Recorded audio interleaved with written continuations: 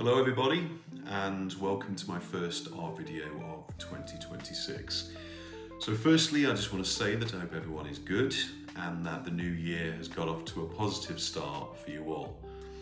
So in today's video, I'm going to attempt to paint some hyperrealism, and what hyperrealism is, in a nutshell, is imagine a visual that kind of one-ups reality, a picture that takes every colour, every surface, and every texture and takes it to one level above what the human eye or a camera lens would see. Kind of think of it as photorealism, but with some artistic license. So today's painting subject is going to be a cupcake. Kind of like this one. The original went missing. I won't go into that. But this is what we're going to paint. So let's get started. So it all starts with a drawing. And here's the sketch that I did earlier. As you can see, I penciled out the rough form and tones of the cupcake based on my reference photo. So after fixing the drawing, I'm starting with a base coat. I'm going to cover the painting surface, in this case aluminium panel, with some burnt sienna.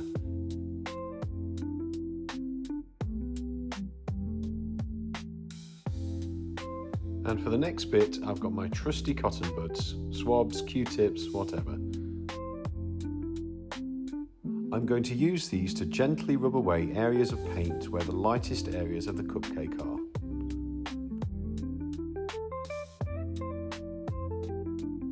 You can see how just by doing this, a strong early impression of the lights and darks are beginning to take shape. I'm going to loosely paint the background in, as this will be the darkest area. It will help me with the other tonal values going forward.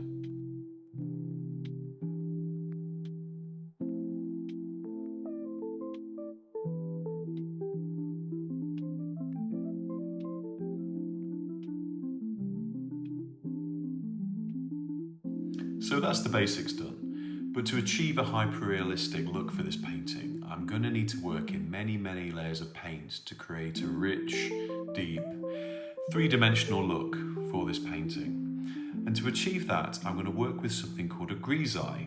And what a grisaille is it's a French-derived term for a monochromatic underpainting. So I'm only going to be using white, black, and a bit of ultramarine blue to create a solid underpainting for this piece. So let me show you how it's done. First, I'm going to oil in, which means rubbing a thin coat of painting medium onto the surface to help with the flow of paint.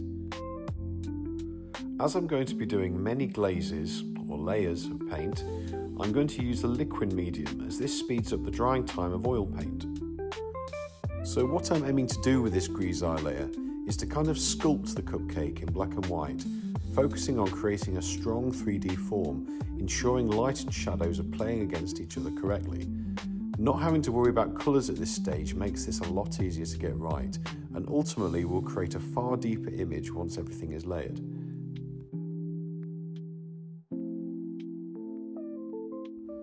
Some of the warm tones from underneath are showing through, already helping to create that inner glow under the semi-opaque icing, which is exactly what I'm hoping to achieve with this layering.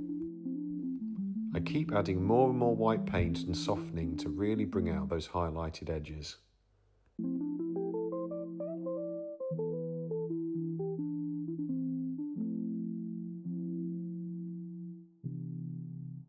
Just adding some very subtle texture to the surface of the frosting here.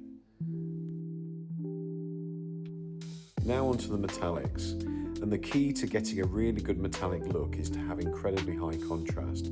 So I'll need areas of almost pure black and pure white to make this feel really shiny and chrome-like.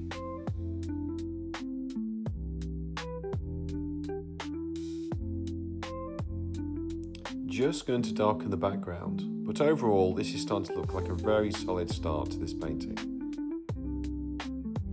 With the grisaille nearly complete, there's just a few areas that I feel need darkening up with a very thinly diluted layer of paint.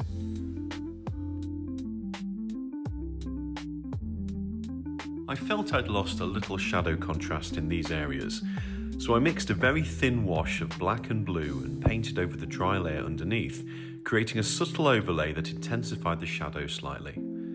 I also added a thin layer of white where the lightest areas are to further bump up the contrast. So here's the finished grisaille. It kind of resembles a sculpture now, and all the values are intact, ready for colouring. So for this painting I'll need burnt sienna, cadmium yellow, scarlet lake, magenta, purple, and ultramarine blue. Here's my palette. I've also bought these funky new pigments to try out. I'm going to be painting this in glazes over the grisaille, and here's my quick drying liquid medium. What I'm essentially going to be doing is tinting the black and white painting underneath so that it is still visible, so these glazes will need to be very transparent.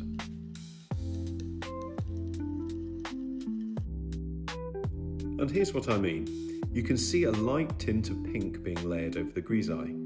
It won't look very impressive initially as it takes multiple glazes to gradually intensify the colour. I'm going to start off the brass by adding a thin layer of the cadmium yellow.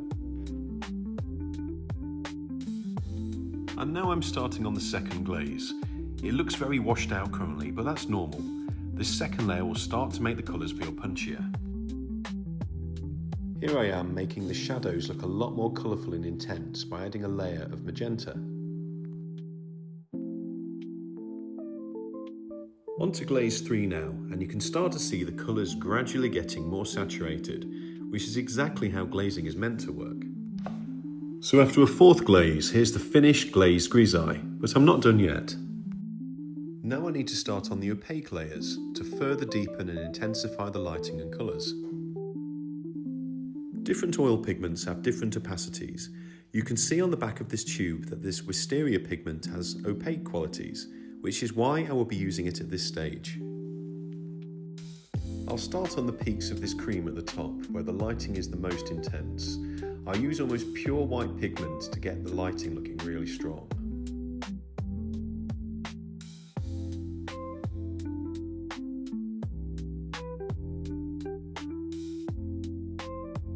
And I'll use some thick opaque colours where the light is catching these coloured surfaces. That will really intensify the painting and lift the surfaces. Here I've lifted the colour intensity of the shadows and bumped up the contrast on the ridges of the wrapper here to add to the solidity and lighting realism. After that bit had dried, I'm adding a thin layer of dark purple to darken under the ridge where it meets the top of the wrapper to add contrast and create the effect of occluded ambience.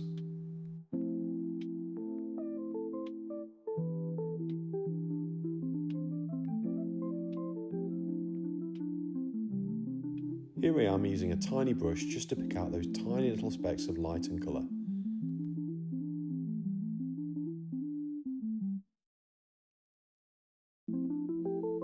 Here I'm sharpening the edges where the light catches the very top of the cupcake.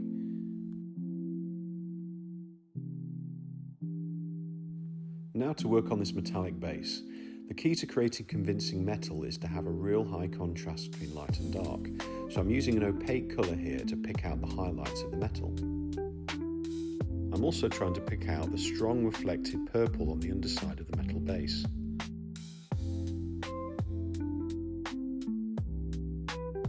Here I am continuing to bolster the metallic highlights and also sharpen some of the metal edges where the camera is in full focus. The base of the metal has some really strong orange reflected light that I'm trying to capture here. I'm intensifying the lightest and the darkest areas to create further contrast to really make this feel like metal. Almost there, but now time for some finishing touches. So I'm going to paint lots and lots of colourful sprinkles onto the top of the cake.